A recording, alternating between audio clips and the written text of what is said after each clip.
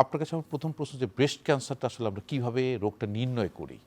Breast cancer নির্ণয়ের main কথা হচ্ছে যে আমাদের কাছে আগে রোগী আসে তার সমস্যা নিয়ে কী সমস্যা নিয়ে আসতে পারে, কোন এজে আসতে পারে আমরা বলবো।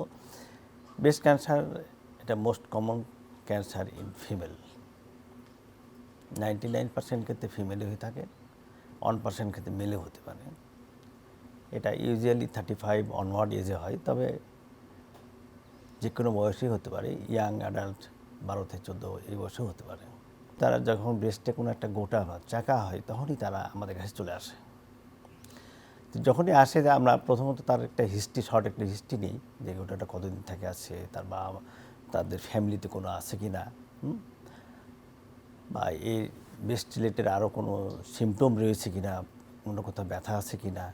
সবাই কিন্তু সচেতন, তারা আপনারা বলেন যে এটা সেলফ এক্সামিনেশন একটা কথা বলে থাকেন যে নিজে নিজে পরীক্ষা করে দেখা যে কোনো পিণ্ড বা অস্বাভাবিক কোনো চাকা ব্রেস্টে অনুভূত হচ্ছে কিনা, যদি হয় আপনার চিকিৎসকের পরামর্শ নেন। তাহলে আপনারা আসে চিকিৎসকরা নির্ণয় করেন যে তার টিউমার হয়েছে না ক্যান্সার হয়েছে, অনেক সময় সিস্ট থাকে, সেই বিষয়গুলো নির্ধারণের জন্য আপনাদের কাছে আসে।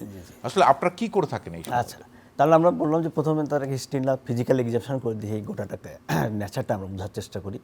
হ্যাঁ, ব্রেস্টের কোথায় কোন পজিশন আছে সাইজ দেখি। হ্যাঁ, তার সঙ্গে আমরা ইমিডিয়েটলি আমরা যে ব্রেস্ট ক্যান্সার যে টিউমারগুলো সাধারণত বগলের আর্মপিটের নিচে যে লিম্ফ নোড থাকে সেখানে যাই, তাছাড়া আর কোথাও যাই কিনা আমরা ইভ্যালুয়েট করে নিই। করার পর প্রথমত আমরা যে একটা পরীক্ষা করি সেটা হচ্ছে যদি রোগীর এজ 35 অনওয়ার্ড হয়ে থাকে তাহলে একটা বলা হয় ম্যামোগ্রাম করা হয়। ম্যামোগ্রামের সুবিধা হচ্ছে এটা খুব ছোটো আকারেও যদি টিউমারটা থাকে সেটা ইজিলি ডিটেক্ট করা যায়। তা ম্যামোগ্রাম যদি অনেক সময় ম্যামোগ্রামে ডিটেক্ট করা যায় না যখন, বা এজ যদি লেস দ্যান 35 হয়, তখন আমরা আল্ট্রাসাউন্ডকে হেল্প নিতে পারি। আল্ট্রাসাউন্ডকে detect the mass or cyst ইত্যাদি।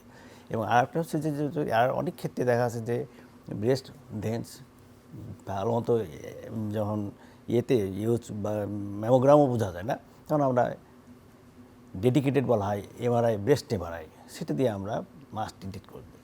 যখন আমরা একটা মাস ডিটেক্ট করি তখন এটা আমরা নেচারটা কী এটা বোঝার জন্য আমরা এখন বলা হয় যে কোর কাট বায়োপসি। কোর কাট বায়োপসি স্পেশাল একটা মোটাডিল, যার ফলে ওখান থেকে টিস্যু নিয়ে আসা হয় একটা ইমেজ গাইডের মাধ্যমে। টিস্যু নিয়ে এসে এটা হিস্টোপ্যাথোলজিক্যাল টেস্ট করা হয়।